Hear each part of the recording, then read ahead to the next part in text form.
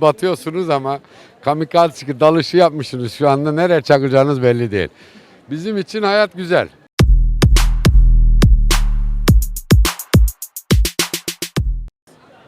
Bir şey düşünemiyoruz artık o derece zaten. Düzelmeyecek gibime geliyor.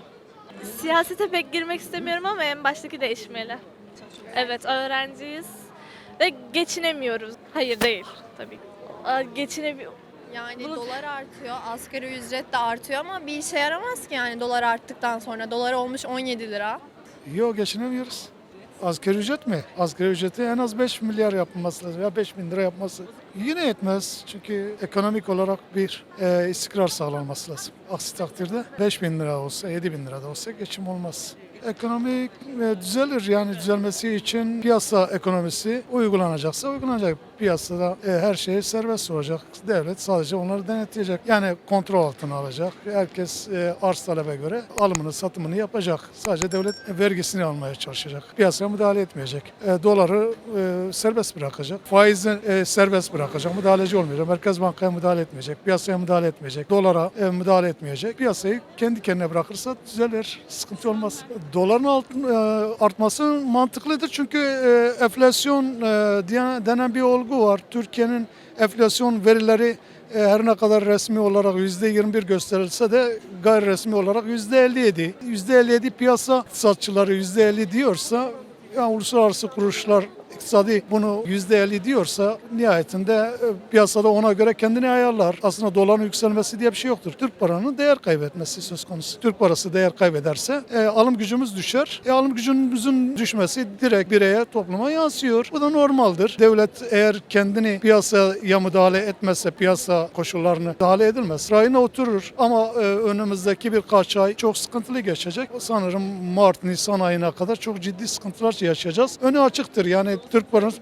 düzelmesi bu mantıkla, bu zihniyetle olmaz tabii. Yani iktisat ya da ekonomi güvene dayalıdır. Güven olmayan yere, olmayan yerde düzelme olmaz. Yani ben piyasaya güvenmiyorsam, mesela elimde emtia var, şeker vardır ya da ayakkabı vardır ya da kumaş vardır. Ben tekstille uğraşıyorum. Şu anda ben elimde kumaşımı diktirip piyasaya verirsem o kumaşı yerine koyamayacağım için ben kumaşı elleyemem. Haliyle şekeri elinde olan, yağı elinde olan piyasaya sunamaz çünkü satıp yerine koyamayacağı için güven yok, çünkü piyasaya güven olmayınca da kimse de kolay kolay öyle yani elindeki malı piyasaya sürmez. Çünkü güvenemiyor piyasaya.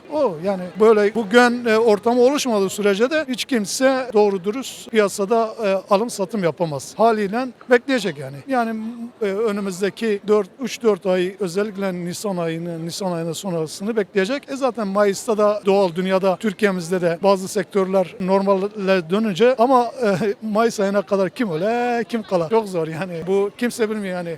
Önü açık yani. Yani iktisat buna çözüm bulamaz. Çünkü önü açık. Hiç kimsenin ne olabileceğini öngöremez. Çünkü hiçbir iktisatçı bile öngöremez. Ben zaten hiç göremem. Teşekkür ederim. Bir şey alırken biraz daha ölçülü. Hani şunu alırsan şunu alamazsın gibisinden oluyor. Yani en az 5 bin lira olması lazım en az. Yani zaten şu doların yükselmesiyle yani 6 bin lira bile yani yeterli değildir. Ya burada söz konusu da, parti söz konusu da, bu kadar girmek istemiyorum konuya. Şöyle, çalışanlara bir iş imkanı daha yüksek tutulmalı. Zaten özel sektör olduğundan dolayı insanlar bir patron eleman çalıştırdığı zaman hallede karından ziyade elemanlarını düşünmek zorunda. Hallede eleman alamıyor. O yüzden işsizlik oranı daha da yüksek oluyor. Yani İş sahasının daha fazla olması lazım bu durumda. Batıyorsunuz ama kamikaze dalışı yapmışsınız. Şu anda nereye çakacağınız belli değil. Bizim için hayat güzel. Biz yurt dışında yaşadığımız için. Ama Türkiye'dekilerin durumu çok kötü. Vallahi nasıl olacak? Ekonomistlere sormalı. Vallahi bilmiyorum ki. Baştakini kaldırsan, gerisini getirsen, şu andaki yani parasızlıkta yeni gelen ne yapabilir? Onu da bilmiyoruz. İşte dediğim gibi fazla diyecek bir şeyimiz yok. Yani biz Avrupa'da yaşadığımız bizler için çok güzel. Memleket bize ucuz ama Türkiye'de yaşayanların Allah sabır versin. Valla benim düşüncem kuralları koymalıyız, esnetmemeliyiz Almanya'da yapıldığı gibi. O zaman düzeltebiliriz ama dediğim gibi yani Almanya'da ben 5 yıl kadar kaldım. kaldım. Kuralı koyduktan sonra esnetilmezse düzeltilebilir ama bu tabii zaman ister. Yani bayağı kolay bir süreç olmayacak. Çok zor. Komple bir kafanın değiştirilmesi gerekiyor. Yani orada mesela şöyleydi. Angela Merkel dönemiydi. 5 ay hükümet kurulmadı. Hiçbir şey hissetmedik. Bürokrasi takır takır çalıştı. Hiçbir şey hissetmiyorsun. Seçim var, hükümet yok. Bu mazeret değil. Oturum iznimiz uzatılıyor mesela. Süre 3 hafta. Hiçbir zaman bir gün şaşmadı. Berlin'e gidiyor. Oturum iznimiz Berlin mesela Mannheim'dan oturum izni uzatılıyor. Kurallar, kaideler yerli yerine getirildikten sonra hiçbir sıkıntı olmaz. Ekonomi de bundan bağımsız değil. Bence bunlara eğer millet olarak dikkat edilirse, bağımsız konuşuyorum, çok iyi olur. Çok zor bir şey yok. Yani formülü o kadar zor bir şey değil, inanın ki. Kaideler, kuralları belirledikten sonra onlara esnetilmezse problem olmayacaktır. Almanya'da 2000 euro kadardı ücretim. Burada normal 6000 euro. Yani bir öğretmen olarak yeterli ama şimdi şu var. Kiralar pahalı. Hani ben eşimle çalışıyorum. Tabii son süreci görmek lazım. Çünkü bu kurdaki yükselişler ne kadar yansıyacak onu da bakmamız gerekiyor. Bekleyip görmek daha uygun olur ama dediğim gibi halka biraz güven gerilirse daha şey olabilir ama kural basit ama aynı zamanda o kadar da zor. Yani yapılabilirse eğer, çünkü gelişmiş ülkeler böyle yapıyor. Sıkıntı olmayacaktır. Almanya'da diyorsanız kiralar 40-50 metrekare yere 600 euro, 700 euro yakın para veriyorsun. Orada yalnız yiyecek içecek ucuz, tamirat çok pahalı. Şimdi orayla bura bir değil. Yalnız orada şöyle bir avantaj var. Alman devleti mesela asgari ücret 1300 euro ya, geliriniz yeterli değilse size 800 euroya kadar kira yardımı yapıyor. 400 euro da harçlık veriyor ve her çocuk için de 200. Şimdi oranın şartları burayla bir değil. Oranın Alman devletinin dış bütçesi, ticareti yanlışlar 200-300 milyar euro fazla veren bir ülkeden bahsediyoruz. Bütçe fazlası veren, ihracatı 200-300 milyar euro fazla veren bir ülke. Yani korona döneminde öğrencilere 200 euroya kadar tablet yardımı yapan bir ülkeden bahsediyoruz. Şimdi Almanya ile Türkiye'yi kıyaslamak çok doğru değil. Ekonomik şartları ve koşulları çok farklı. Şu anki şartlar ancak öyle belirlenebilir. Yani ben Almanya'ya göre konuşabiliyorum. 5 yıl yaşadığım o. Orada da enflasyon var mı? Var. İlk gittiğimde süt 55 centti. Şimdi 75 cent oldu. Çip krizinden dolayı ikinci el arabalar ucuzdur mesela. 2000'e, 3000'e, 1000'e, 500-600. Araba alabilirsin ama son dönemde 500.000 euro fark yarattı, şey yaptı ama dediğim gibi bu dünyanın genelinde koronadan dolayı olan şeyler.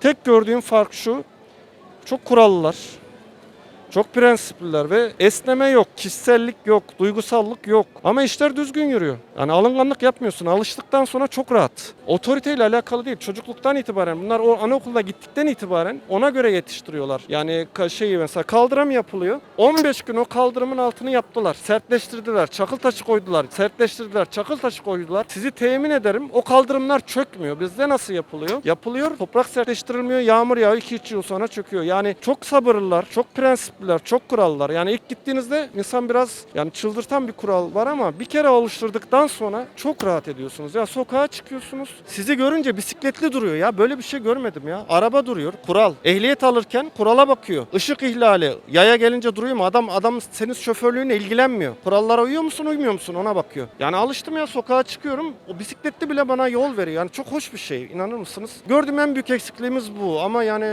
milletin komple %95 kafayı değiştirmesi lazım. Yani bu anaokulundan itibaren yetiştirilme tarzıyla ilgili bir şey. Kurallara uyarsak, şey yaparsak, şimdi Türkiye'de eğitim seviyesi dediğimiz zaman orada da mesela eleştirilecek yan var. Mesela Almanca'ya çok ağırlık veriyorlar. Mesela öğrencinin Almancası zayıf. Mesela orada Förderschule dediğimiz şöyle zeka seviyesi düşük sınıfına falan veriyorlar ki ona ben doğru bulmuyorum. Almanlar biraz Almanca ile biraz fazla üstüne duruyorlar, şey yapıyorlar. Çok iyi okullar var ama aynı şekilde bizim seviyemizde okullar da var. Ama şu var, mezun olduğunuz zaman devlet mesela Gemeinschaftsschule bizim meslek lisesidir. Orada Abschluss dedi, mezuniyetten sonra burada şey yapıyorlar, praktikum dedikleri staj yaptırtıp ondan sonra 1300-1400 euroya iş başlatabiliyorlar. Ama biraz daha zeki olan öğrenciler bizim fen lisesi ayarında vardır, gimnazyumlar var. Oradan mezun olduğunuz zaman gimnazyum notlarıyla üniversiteye falan gidebiliyorsunuz ve sizi temin ederim o çocukların eğitim seviyesi falan çok iyi. Çünkü şimdi Türkiye'de onu şöyle değerlendirmek lazım. Mesela İzmir'de yaşıyorsun. Kiran 2300, bulduğun iş ne kadar veriyor? Şimdi onu değerlendirmeden yapamazsınız. Şimdi bu adam kaç liralık iş buluyor, ona bakmanız gerekiyor. Şimdi eğer İstanbul'da yaşıyorsan gidiş geliş paran ne olacak? Masrafını çıkartacak mı? Şey yapacak mı? Şimdi tek başına kirayla değil. Almanya'da biraz daha rahat. Yetmeyince gidiyorsun. Finansamta gidiyorsun. Böyle diyorsun kardeşim. O sana yardımcı olabiliyor ama para lazım. Yani o kadar kolay bir şey değil. Yani onu yapabilecek devlet yılda 300 milyar dolar dış ticaret fazlası verirsen yaparsın. Şimdi onun için çok da eleştirmenin de bir anlamı yok. Ama dediğim gibi imkan imkan, olanak falan ama gördüğüm en büyük eksikliğimiz şu. Kuralı koyacaksın, esnetmeyeceksin. Bu kadar basit. Çok kolay. İnanın ki bir kere ilk başta zor oluyor. Gerçekten ilk 3 ay 4 ay çok çıldırtan bir düzen tertip ama bir kere alıştığın zaman randevu alıyorsun. Randevusuz müdürün yanına gidemezsin. Ama alıştıktan sonra her şey kurallı. Randevu al git. Randevu al git. Ne kavga oluyor, ne tartışma oluyor, ne bir şey oluyor. Kişisel olarak adamın seninle hiçbir problemi olmaz. Olamaz da zaten. Her şey kurallar. Bunları yaparsak ki zannedersem Japonya'da, İngiltere'de, Amerika'da da aynı. Eksiğimiz yok. Genç nüfusta hallederiz. İş konusunda da dediğim gibi şimdi verilen ücret acaba şimdi gerekiyor mu yani acaba annesinin babasının yani onu öyle değerlendirmemiz daha doğru. Şimdi miktar ne? Yetiyor mu? Yetmiyor mu? Kiraları karşılıyor mu? Yol parasını karşılıyor mu? Şimdi tek başına değerlendirmek doğru değil. Yani şey değil. Bir şey değil. Rica ederim ama hala aklım orada kaldı. Onu söyleyeyim. Güçlü bir devlet her zaman için vatandaşlar için de en güçlüsüdür. Daha şey olur. Orada yaşayarak gördüm. Hoşuma da gitti gerçekten. Yani tablet yardımı olsun. Vatandaşlara 800 euroya kadar ev yardımı, harçlık vermesi, her çocuğa 200 euro okul yardımı vermesi. Ve bu Alman vatandaşı olmak zorunda da değilsiniz. Orada yaşayan zorunlu anaokul devlet katkı yapıyor. Anaokullar mesela atıyorum 1000 euro masraf varsa 600, 700, 800 euro devletin katkısı var. Çok çocukluysanız çok bir masraf da olmuyor ama bu bütçeyle ilgili bir şey. Yani ekonomik durumla ilgili. Çok sağ olun, teşekkür ederim. Aklım dediğim gibi yalnız buradaki arkadaşlar diyorum orası da bir cennet değil. Yani çok çalışacaksınız, çok şey yapacaksınız. Vergileri de ona göre alıyor devlet. Atıyorum 5000 euro alıyorsan maaşın 1800-2000 euro eğer bekarsan vergi alır devlet. 1300-2000 euroysa bu 500-600 alır. Yani dedim ya esneme yok. Yani çok belki ilk başta zor geliyor ama bir kere oturunca inanın ki her şey çok kolay. Sağ olun. Ben öğrenciyim. Manisa'da okuyorum. Geçinemiyoruz. Gerçekten hayat çok pahalı. Yani bir öğrenci olarak telefonların fiyatı çok uçtu. Bilgisayarların fiyatı çok uçtu. Dışarıda yemek yeseniz onlar çok pahalı. Yani en basit olarak gevrek bile İzmir'de artık yarım gevrek satılmaya başladı. Gerçekten çok üzücü bir şey bence. Hani yarım gevrek satılması, ekmeğin 2,5, simitin 3,5 lira olması. Hani gerçekten simit bile artık fiyatları çok yüksek olup lüks seviyesine doğru gelmeye başladı. O yüzden ben ekonominin kötüye gitti. Nasıl düzelir? Seçimlerde bence güçlü bir aday çıkıp bir şekilde olabildiğince üreticiyi canlandırmak gerekiyor. Onun dışında bence başkanlık sistemini gidip 2023'ten sonra parlamenter sistemin geriye gelmesi gerekiyor. Onunla da birlikte bence fabrikalar açıp olabildiğince her yere fabrikalar açıp üreticiyi canlandırmak gerekiyor, çiftçiyi canlandırmak gerekiyor, krediler vermek gerekiyor. Bence o şekilde düzeleceğimize inanıyorum ben. Düzelmez. Ya geçiniyorum ama yani ülkenin şartları belli. Ülkeyi kapattılar. Alenen soyuyorlar ülkeyi. Asgari ücretin bir şey olması kurtarmaz. Asgari ücretin bir şey olması ifade etmez. Asgari ücret bir şey olsa olacak. Yılbaşına geldiğinde asgari ücret erimiş olacak zaten. Yani 15 gün içerisinde asgari ücretin bir anlamı kalmayacak. Yılbaşından sonra zaten aşırı zamlar gelecek. Yok ya bitik ülke ya. Şu koşullarda mümkün değil. Zaten doları arttırmak için uğraşıyorlar. Düşürmek için uğraşmıyorlar. Düşürmek için bir efor yok yani. Bir çaba göstermiyorlar. Artması için uğraştıkları ortada. Artık bunun amacı nedir bilmiyorum ama ülkenin ekonomisini düzeltmek gibi de bir niyet yok. Bilmiyorum, anlayamıyorum. Kafam basmıyor.